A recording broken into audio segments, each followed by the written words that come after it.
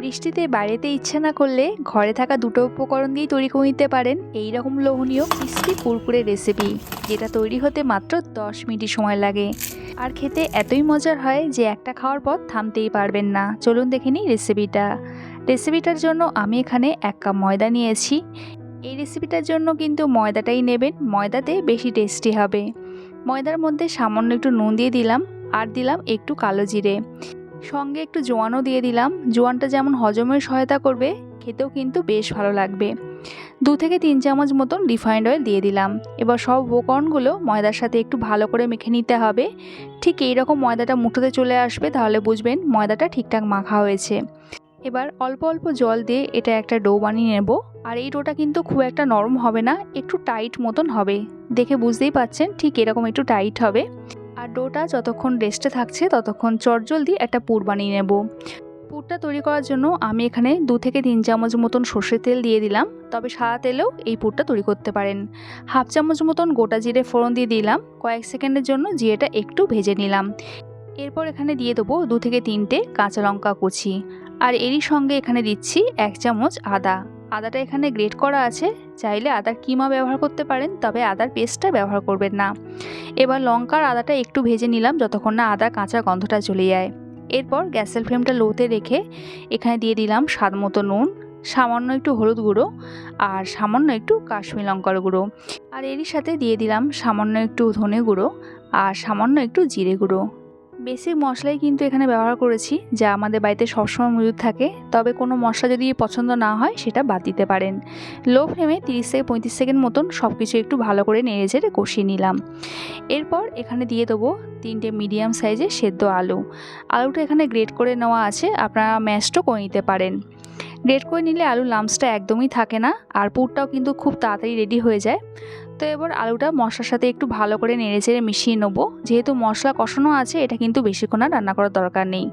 সমস্ত মশলা আলুর সাথে মিশে গেলেই পুরটা কিন্তু একদম রেডি। এবার ময়দাটা একটু দেখে নেবো, আগের থেকে ডোটা আরেকটু নরম হয়ে গেছে। এবার এখান থেকে লেচি কেটে নেবো। রুটি পরোটা যে সাইজে লেচি কাটি ঠিক সেরকম সাইজে আমি লেচি কেটে নিলাম। আর 1 কাপ ময়দাতে আমার এখানে 4টে লেচি হয়েছে। এবারে একটা লেচি সর্বপ্রথমে বেলে নিচ্ছি, তেল দিয়ে কিন্তু এই লেচিটা বেলছি। মোটামুটি একটু যতটা সম্ভব পাতলা করে বেলা যায় ঠিক সেরকম একটু বেলে নিতে হবে। রুটির মতন করে বেলে নিলাম। এরপর এখানে দিয়ে দেবো 1 চামচ মতন সাদা তেলটা হাত দিয়ে এরকম একটু ভালো করে রুটির গায়ে মাখিয়ে নিতে হবে। এরপর এটা একটু ফোল্ড করে নেব। আর কিভাবে করছি একটু দেখুন। এইভাবে এক সাইড ফোল্ড করার পর অপর সাইডটা এইভাবে একটু ফোল্ড করে নিতে হবে। তারপর 2 প্রান্তটা এইভাবে একটু ফোল্ড করে নিতে হবে। খুবই কিন্তু সোজা এটা করা, দেখতেই পেলেন কিভাবে করলাম। এবার এটা বেলে নেবো আবার।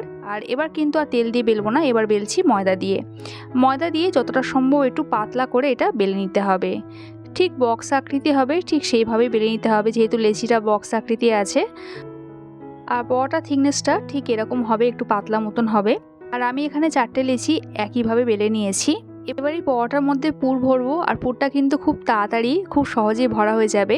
যে আলুর পুরটা তৈরি করেছিলাম সেটা এরকম ছোটো ছোটো বলের আকারে তৈরি করে নিয়েছি। আর একসাথে এরকম 9টা বল আমি বসিয়ে দিলাম। কীভাবে বসিয়েছি দেখতেই পাচ্ছেন। আর ওপরে আরেকটা বড়টা এইভাবে একটু কভার করে দিতে হবে। আর সাইডগুলো এইভাবে একটু টেনে টেনে মুড়ে দিলেই হবে, কোনো রকম জল ব্যবহার করার এখানে দরকার নেই। একটু এরকম টানলেই কিন্তু এটা সিল হয়ে যাবে। দেখুন কিভাবে করছি, এইভাবে ধারগুলো একটু টেনে টেনে সিল করে দিতে হবে। আর হাত দিয়ে একটু প্রেস করে করে দিতে হবে, তাতে কিন্তু এটা খুব সুন্দরভাবে সেট হয়ে যাবে, সিলও হয়ে যাবে। এবার এটা আমি কাট করে নেব। আগে 4 ধার এইভাবে একটু কাট করে নেব, এতে শেপটা খুব সুন্দর আসবে। প্রতিটা পিসই কিন্তু বক্স আকৃতির হবে। এবার এটা আমি পিস পিস আকারে কাট করে নেবো। আর একেবারেই কিন্তু এটা কাট করা হয়ে যাবে। কিভাবে করছি একটু দেখুন। এইভাবে তৈরি করলে আলাদা করে প্রতিটা লেচিতে পুর ভরতে হয় না, এতে সময়ও কম লাগে, পরিশ্রমটাও কম হয়। তো একবার এইভাবে করে দেখবেন চটজলদি কিন্তু এগুলো রেডি হয়ে যাবে।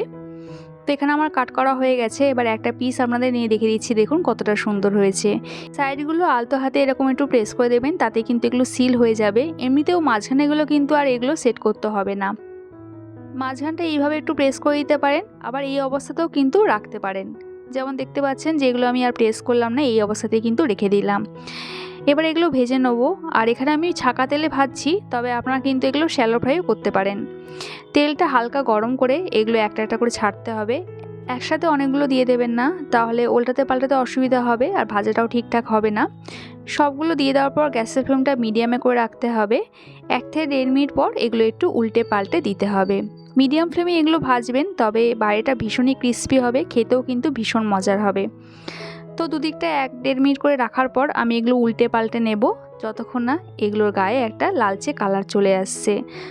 বেশিক্ষণ কিন্তু লাগবে না, 2 থেকে 2.5 মিনিটের মধ্যেই দেখবেন টিফিনগুলোর গায়ে একটা এইরকম লালচে কালার চলে এসছে। আর দুদিকে যখন এইরকম একটা লালচে কালার চলে আসবে তখন বুঝবেন এগুলো ঠিকঠাক ভাজা হয়ে গেছে। এবার এগুলো আমি তেল থেকে তুলে নেব। আর এই ব্যাচটা ভাজতে আমার কিন্তু 5 মিনিটও সময় লাগেনি, তার মধ্যে একটা এরকম মুখরোচক ক্রিস্পি কুরকুরা নাস্তা রেডি হয়ে গেল। তাহলে দেখতেই পেলেন, বাড়িতে শুধু ময়দার আলু থাকলেই হবে, তাতে কিন্তু এরকম একটা লোভনীয় রেসিপি ইনস্ট্যান্ট তৈরি হয়ে যাবে। দেখতে যেমন লোভনীয় হয়, খেতেও হয় তেমনই মজার। আর এগুলো কতটা ক্রিস্পি হয়েছে আপনারা আওয়াজটা শুনলেই বুঝতে পারবেন। আজকের রেসিপিটা ভালো লাগলে একটা লাইক কমেন্ট করা রইল। দেখা হচ্ছে আবার এক নতুন রেসিপির সাথে। সবাই সুস্থ থাকবেন, ভালো থাকবেন।